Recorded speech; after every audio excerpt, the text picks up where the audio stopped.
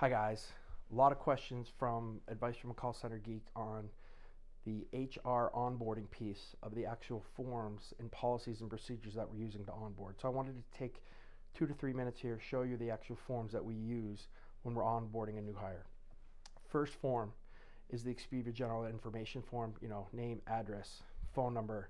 We ask if they're a bus rider or a car rider, make sure that we'll maybe schedule a little differently if we have to schedule around a bus. The next forms are kind of the mandatory I-9 government forms, making sure that people here are U.S. citizens. We have a background check authorization form, so every single employee here at Expedia gets a background check to make sure that they're meeting up to our standards. And then we have a NDA agreement, right? So every associate signs a non-disclosure agreement. Make sure that basically what you see here stays here and cannot be discerned through the internet or can't be used in any way.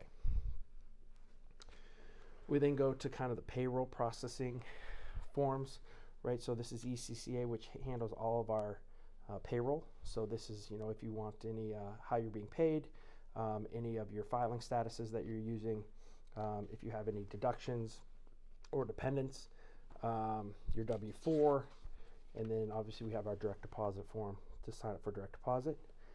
And then we get more into the Expedia kind of specific policies and procedures that we use. So number one, we have a no cell phone policy on our call center floor. We've talked about that a lot. We also have a no wearable technology. So iPhone or Apple Watches, those types of things cannot be done on the call center floor to just protect our clients.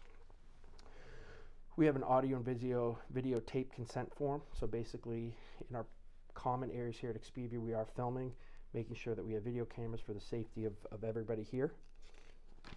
We have a pretty in-depth, and I can send this to you if you're interested, a social media guidance policy that basically says what employees can and cannot post when it comes to the company, comes to clients, when it comes to other employees.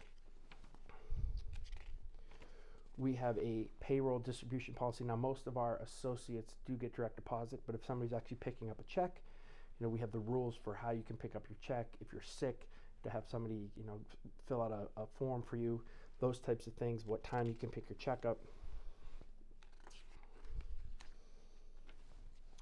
We have a pretty strict, when it comes to the call center industry, dress code policy. So this is where we think we're a little bit different. Some people disagree with it, but that's okay. It's kind of how we like it. We just talk about our basic dress code, what is okay, what is not. This is really gone over at length too in the training classes that we do. And then we have an ID badge policy, so everybody has to have an ID badge, and that's for for PCI compliance as well.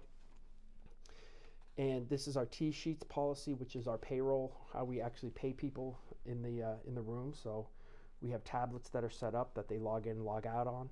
So this is kind of the break policy, the clocking in, clocking out policy, so everybody understands breaks and lunches, how we track hours. Everybody just needs to make sure that they sign it and that they understand it. And then we do longevity pay, right? So if you're here every single year that you're here, on top of other things that you're getting, there's also a quarterly bonus, which it can add up, especially because most of our reps have been here 4 or 5 years.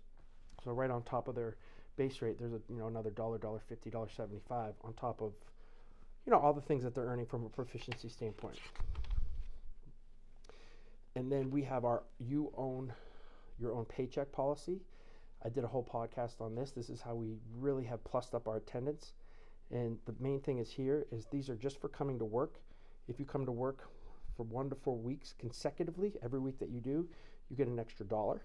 If your streak continues from 5 to 8 weeks, you get an extra $1.50.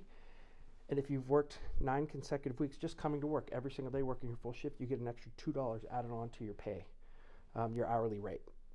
So that's been a huge kind of piece. I suggest if you're interested in that, check out that podcast.